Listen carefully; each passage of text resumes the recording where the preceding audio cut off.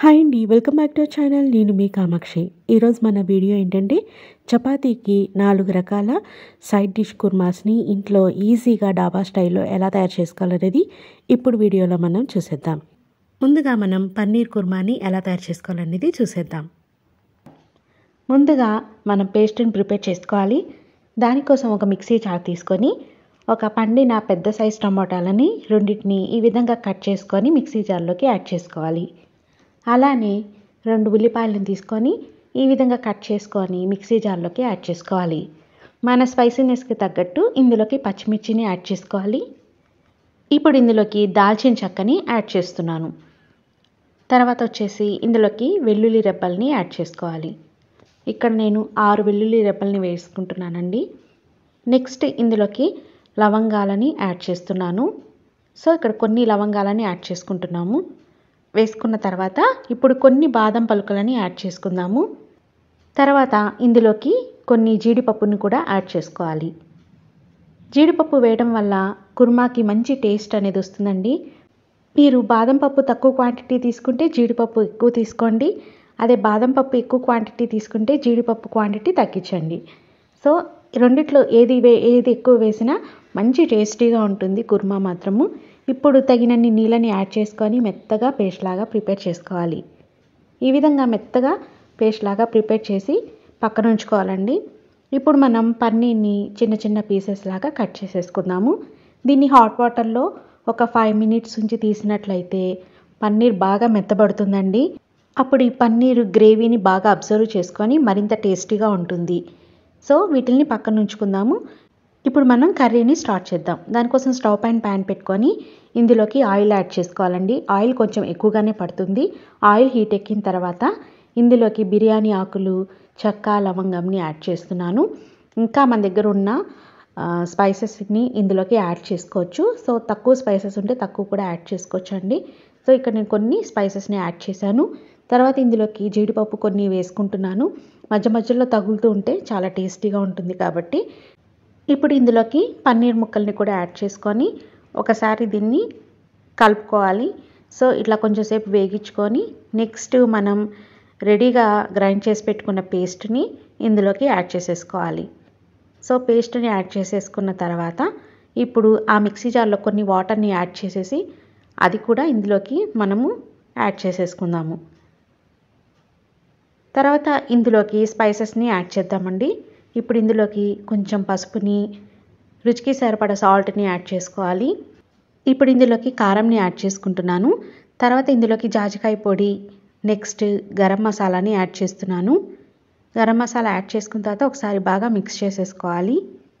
So ఈ విధంగా బాగా మిక్స్ చేసేసుకున్న తర్వాత ఇప్పుడు ఈ పన్నీర్ ముక్కలు బాగా మసాలాను అబ్జర్వ్ చేసుకోవడం కోసం మూత పెట్టి ఒక 5 నిమిషాల పాటు ఉడికించుకోవాలి. ఒక 5 మినిట్స్ తర్వాత మూత తీసేసిన తర్వాత చూసారు కదా, మనకి నూనె మొత్తం పైకి తేలే విధంగా ఇది రావాలన్నమాట.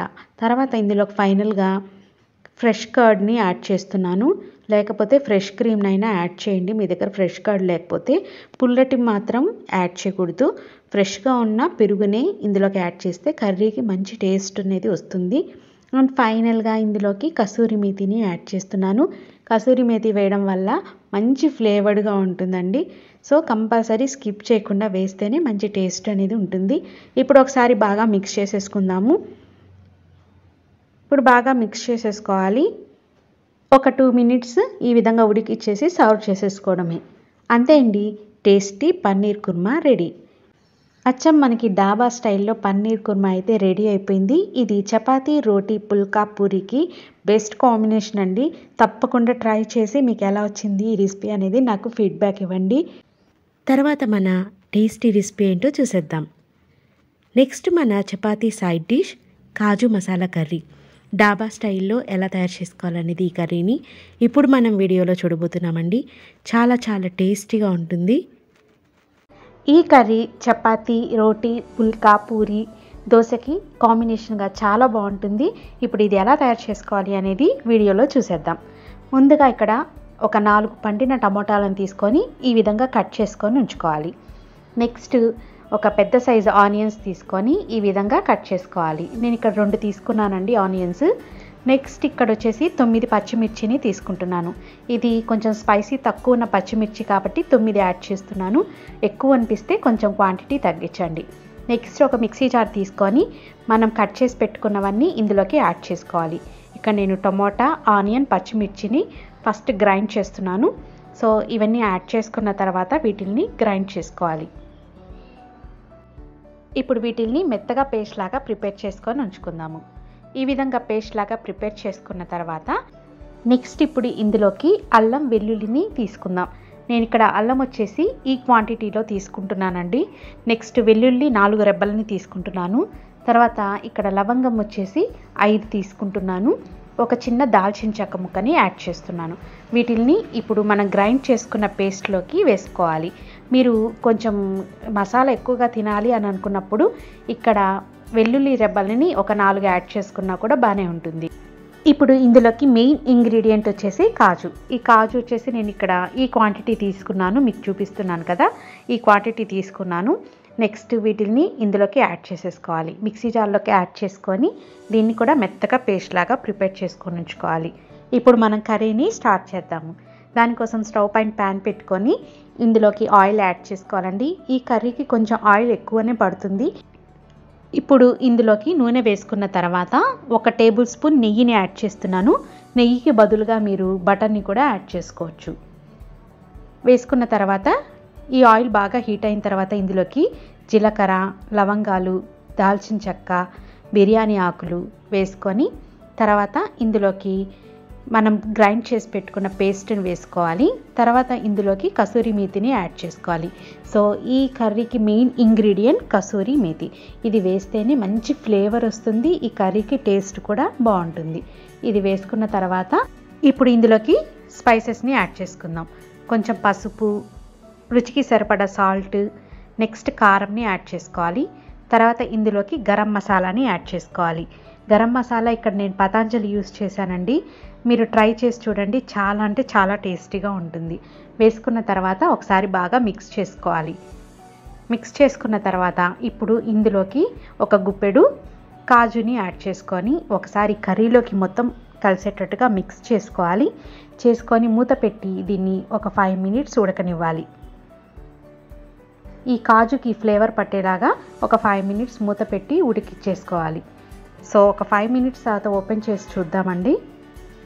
మన కర్రీ దగ్గరకు వచ్చేసింది కదా. సో మన కర్రీ అయితే రెడీ అయిపోయింది. ఇప్పుడు ఇందులోకి మిల్క్ని యాడ్ చేసుకోవాలి. యాడ్ చేసుకొని ఒకసారి కర్రీలోకి బాగా కలిసేటట్టుగా కలుపుకోవాలి. ఇలా బాగా మిక్స్ చేసుకొని ఇందులోకి మీకు నచ్చితే కొత్తిమీరని యాడ్ చేసుకోవచ్చు, లేకపోతే పుదీనాని యాడ్ చేసుకొని తీసేసుకోవడమే. అంతే, టేస్టీ కాజు మసాలా కర్రీ రెడీ. ఈ కర్రీ మనకి చపాతీ, రోటీ, పుల్కా, పూరి, నెక్స్ట్ దోశకి కాంబినేషన్గా చాలా అంటే చాలా బాగుంటుంది. మీరు కూడా ట్రై చేయండి. సేమ్ ఇది దాబా స్టైల్లో ఉంటుంది. మీరు ట్రై చేసి మీకు ఎలా వచ్చిందనేది నాకు ఫీడ్బ్యాక్ ఇవ్వండి. సో చూసారు కదా, టేస్టీ కాజు మసాలా కర్రీ చాలా సింపుల్ కదండి. మీరు కూడా ఇది తప్పకుండా ట్రై చేసి మీకు ఈ రెసిపీ ఎలా వచ్చిందనేది నాకు ఫీడ్బ్యాక్ ఇవ్వండి. ఇప్పుడు మన నెక్స్ట్ టేస్టీ కర్రీ రెసిపీ ఏంటో చూసేద్దాం. ఇప్పుడు మన టేస్టీ కుర్మా రెసిపీ ఏంటంటే బ్రాహ్మిన్ స్టైల్ వెజ్ కుర్మా. ఉల్లిపాయ, వెల్లుల్లి నచ్చని వాళ్ళు ఈ కుర్మాని ట్రై చేయండి. చాలా చాలా టేస్టీగా ఉంటుందండి. ఇప్పుడు ఈ రెసిపీని ఎలా తయారు చేయాలనేది చూసేద్దాం. ముందుగా ఇక్కడ మనకి కావాల్సిన వెజిటేబుల్స్ అన్నిటినీ కుక్ చేసుకోవాలి. ఇక్కడ నా దగ్గర అవైలబుల్ ఉన్న పొటాటో, క్యారెట్ని నేను ఇక్కడ కుక్ చేసుకుంటున్నాను. ఇంకా మీరు ఇందులోకి పచ్చి బఠానీ, బీన్స్ను కూడా యాడ్ చేసుకొని కుక్ చేసుకోవచ్చు. దీనిని మరీ మెత్తగా కాకుండా అలా అని గట్టిగా కాకుండా మీడియంగా దీన్ని మనం ఉడికించుకోవాలి. ఇప్పుడు ఇందులోకి చిటికెడు ఉప్పును కూడా యాడ్ చేసుకోవాలి. అంటే ఈ దబ్బలకి కొంచెం ఉప్పు పట్టాలి కదా, అందుకోసం కొంచెం ఉప్పుని యాడ్ చేసుకొని దీన్ని కొంచెం కుక్ అయ్యేటట్టుగా కుక్ చేసుకోవాలి. సో మరీ మెత్తగా కుక్ చేస్తే బాగుండదండి. దీన్ని మనం 90% కుక్ చేసుకుంటే సరిపోతుంది. ఈ లోపల ఒక మిక్సీ జార్ తీసుకొని ఇందులోకి 4 టమోటాలని యాడ్ చేసుకోవాలి. దానికోసం ఇప్పుడు నేను టమోటాలని తీసుకొని ఈ విధంగా కట్ చేసుకుంటున్నాను.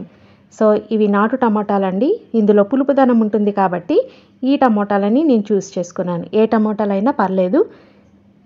ఇలా 4 టమోటాలని కట్ చేసుకొని దీన్ని మనం మిక్సీ జార్లోకి యాడ్ చేసుకోవాలి. మీరు కర్రీలో డైరెక్ట్గా వేసుకున్నా పర్లేదు, ఈ విధంగా పేస్ట్ లాగా ప్రిపేర్ చేసుకున్నా కూడా బాగుంటుంది. ఇప్పుడు ఇందులోకి టమోటా ముక్కల్ని యాడ్ చేసుకోవాలి. టమోటా ముక్కల్ని యాడ్ చేసుకున్న తర్వాత ఇందులోకి ఒక గుప్పెడు కొత్తిమీరని యాడ్ చేసుకోవాలి. నెక్స్ట్ ఇందులోకి 6 పచ్చిమిర్చిని వేసుకోవాలి. మీ స్పైసీనెస్కి తగ్గట్టు ఇక్కడ పచ్చిమిర్చిని యాడ్ చేసుకోవచ్చు. అండ్ నెక్స్ట్ ఇందులోకి అల్లం ముక్క, ఎండు కొబ్బరి ముక్కలని యాడ్ చేసుకోవాలి. ఇవి యాడ్ చేసుకున్న తర్వాత ఇప్పుడు ఇందులోకి మనము కాజు, బాదంని యాడ్ చేసుకోవాలి. ఇది కంప్లీట్గా ఆప్షనల్ అండి. వేసుకుంటే టేస్టీగా ఉంటుందని యాడ్ చేస్తున్నాను, వేసుకోకపోయినా కూడా పర్లేదు. ఇవన్నీ యాడ్ చేసేసి దీన్ని మనం మెత్తటి పేస్ట్ లాగా ప్రిపేర్ చేసుకోవాలి. సో ఈ విధంగా పేస్ట్ లాగా ప్రిపేర్ చేసుకోవాలి. ఇలా ప్రిపేర్ చేసుకున్న తర్వాత ఇప్పుడు ఒక కప్లో శనగపిండిని యాడ్ చేసుకొని కొంచెం వాటర్ పోసుకొని దీన్ని ఉండలు లేకుండా కలుపుకొని పక్కన ఉంచుకోవాలి. ఈ విధంగా బాగా ఉండలు లేకుండా బాగా మిక్స్ చేసుకొని కలుపుకొని పక్కన ఉంచుకోవాలి. నెక్స్ట్ ఇప్పుడు స్టవ్ పైన ప్యాన్ పెట్టుకొని ఇందులోకి ఒక 3 టేబుల్ స్పూన్స్ ఆయిల్ని యాడ్ చేసుకోవాలి. ఆయిల్ యాడ్ చేసుకున్న తర్వాత ఇందులోకి పోపు దినుసులని వేసుకోవాలి. దానికోసం ఇక్కడ నేను పచ్చిశనగపప్పు, మినపగుండ్లని, జీలకర్ర, ఆవాలని యాడ్ చేసుకున్నాను. అండ్ 2 రెమ్మలు కరివేపాకును కూడా వేసుకున్నాను. వేసుకున్న తర్వాత ఇందులోకి మనం కుక్ చేసి పెట్టుకున్న పొటాటో, క్యారెట్ని యాడ్ చేసుకోవాలి. ఇప్పుడు కొంచెం జీడిపప్పును కూడా యాడ్ చేసుకొని బాయిల్ చేసుకున్నవన్నీ ఇందులోకి యాడ్ చేసుకోవాలి. ఇంకా మీరు ఎక్స్ట్రా వెజిటేబుల్స్ కూడా యాడ్ చేసుకోవచ్చండి. పచ్చి బఠానీ, బీన్స్ కూడా యాడ్ చేసుకోవచ్చు. సో నా దగ్గర అవైలబుల్ ఉన్న వాటితో నేను ఈరోజు కుక్ చేసి చూపిస్తున్నాను.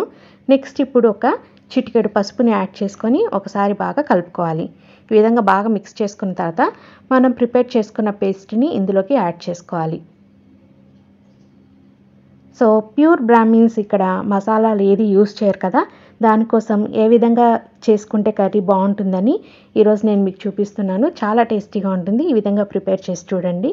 నెక్స్ట్ ఈ విధంగా బాగా మిక్స్ చేసుకున్న తర్వాత ఇందులోకి రుచికి సరిపడా సాల్ట్ని యాడ్ చేసుకోవాలి. కొంచెం మనం బాయిల్ చేసేటప్పుడు యాడ్ చేసాం కదా, సో చూసుకొని ఇందులోకి యాడ్ చేసుకోవాలి. తర్వాత మనం మిక్స్ చేసి పెట్టుకున్న శనగపిండిని కూడా ఇందులోకి యాడ్ చేసుకోవాలి. వేసుకొని ఒకసారి బాగా మిక్స్ చేసుకోవాలి. శనగపిండి వేయడం వల్ల కుర్మా అనేది చిక్కదనం వస్తుంది కాబట్టి సో చూసుకొని శనగపిండి అనేది కూడా యాడ్ చేయండి. వేసుకున్న తర్వాత మీకు ఇందులో కావాలంటే కొంచెం వాటర్ యాడ్ చేసుకొని జారుగా ప్రిపేర్ చేసుకోవచ్చు. అండ్ ఫైనల్గా ఇందులో కొత్తిమీరని వేసుకొని కలుపుకొని సర్వ్ చేసుకోవడమే. అంతే అండి, మన టేస్టీ వెజ్ కుర్మా రెడీ. ఇది ఎక్కువ ఉపవాసాలు ఉన్నప్పుడు గార్లిక్ అవి యూజ్ చేయం కదా, ఆ టైంలో ఇలాంటి టేస్టీ కుర్మా అనేది మనకి యూజ్ అవుతుంది. ఇందులో ఎలాంటి వెల్లుల్లి, ఉల్లిపాయలు లేకుండా కుర్మా ప్రిపేర్ చేసుకున్నాం కదా, మీరు కూడా ఈ కుర్మాని ప్రిపేర్ చేసి మీకు ఎలా వచ్చింది అనేది నాకు ఫీడ్బ్యాక్ ఇవ్వండి. అండ్ రెసిపీస్ నచ్చినట్టయితే తప్పకుండా లైక్ చేయండి, షేర్ చేయండి. సో టేస్టీ రెసిపీని చూసేశారు కదా. ఇప్పుడు మన నెక్స్ట్ సేమ్ ప్రాసెస్లోని ఇంకొక విధంగా చేంజ్ చేసుకొని ఇంకొక కుర్మాను ఎలా తయారు చేసుకోవాలనేది చూసేద్దాం. దాంతోపాటు పొరలుగా పెద్దవాళ్ళు కూడా తినే విధంగా చపాతీని ఎలా తయారు చేసుకోవాలనేది చూసేద్దాం. ముందుగా ఒక బేసిన్ తీసుకొని ఇందులోకి గోధుమ పిండిని యాడ్ చేసుకోవాలి. సో ఇంట్లో మెంబర్స్ బట్టి క్వాంటిటీ అనేది ఇందులోకి యాడ్ చేసుకోవాలి. గోధుమ పిండి వేసుకున్న తర్వాత ఇందులోకి చిటికెడు సాల్ట్ని కూడా వేసుకోవాలి. వేసుకొని ఇది బాగా కలిసేటట్టుగా మిక్స్ చేసుకోవాలి. తర్వాత ఇందులోకి కొంచెం నూనెను కూడా వేసుకొని బాగా మిక్స్ చేసినట్లయితే చపాతీలు బాగా మెత్తగా వస్తాయండి. ఇప్పుడు ఒకేసారి వాటర్ కాకుండా కొంచెం కొంచెంగా వాటర్ పోసుకుంటూ మెత్తగా పిండిని ప్రిపేర్ చేసుకోవాలి. ఈ పిండిని మనం ఎంతసేపు కలిపితే చపాతీలు అనేవి అంత సాఫ్ట్గా వస్తాయి. కనీసం 10 నిమిషాలైనా ఈ పిండిని ఒత్తుకోవాలి.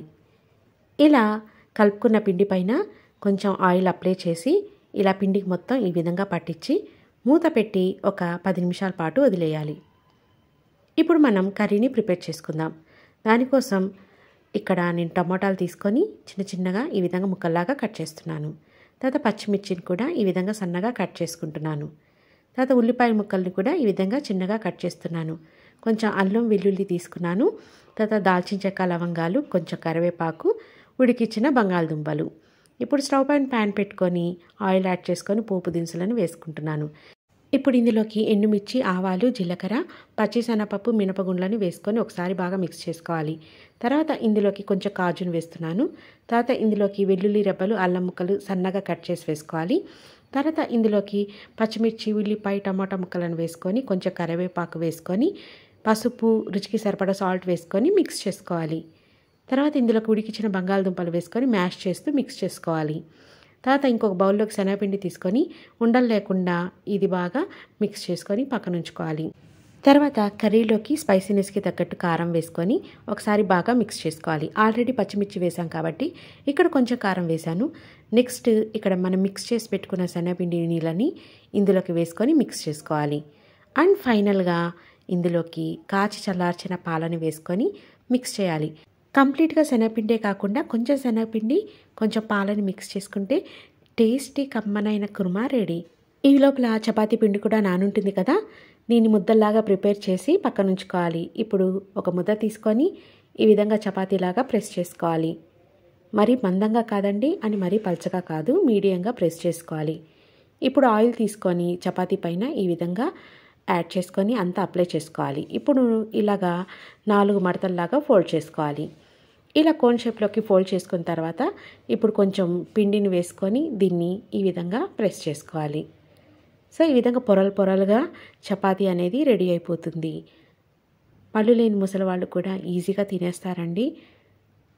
సో చూసారు కదా, ఈ విధంగా ప్రిపేర్ చేసుకోవాలి. ఇంకొకటి చూపిస్తాను. ఇలా చపాతీ ముద్ద తీసుకొని దీనిపైన పొడి చల్లుకొని ఈ విధంగా ఫ్లాట్గా ప్రెస్ చేసుకోవాలి. ఇలా ప్రెస్ చేసుకున్న తర్వాత దీనిపైన ఆయిల్ యాడ్ చేసుకొని చపాతీ మొత్తము అప్లై చేసుకోవాలి. ఇప్పుడు ఈ చపాతీని ఈ విధంగా ఫోల్డ్ చేసుకోవాలి. కోన్ షేప్లోకి ఇలాగా ఫోల్డ్ చేసుకున్న తర్వాత మళ్ళీ కొంచెం పొడిపిండి వేసుకొని దీన్ని ఈ విధంగా ఒత్తేసుకోవాలి. సో ఇది స్క్వైర్ షేప్లో వస్తుందండి. రౌండ్ షేప్లో కావాలంటే మీకు నచ్చితే ఆ విధంగా అయినా ప్రిపేర్ చేసుకోవచ్చు. సో అంతే అండి, వీటిని నూనె వేసి కాలిస్తే చాలు. మెత్తగా కమ్మగా ఉండే చపాతీలు రెడీ. ఎవరైనా తినగలుగుతారు. సో ఈ టేస్టీ కాంబినేషన్తో మీరు కూడా ప్రిపేర్ చేసి చూడండి, మీకు నచ్చుతుంది. నా వీడియోస్ నచ్చినట్టయితే తప్పకుండా లైక్ చేసి షేర్ చేయండి.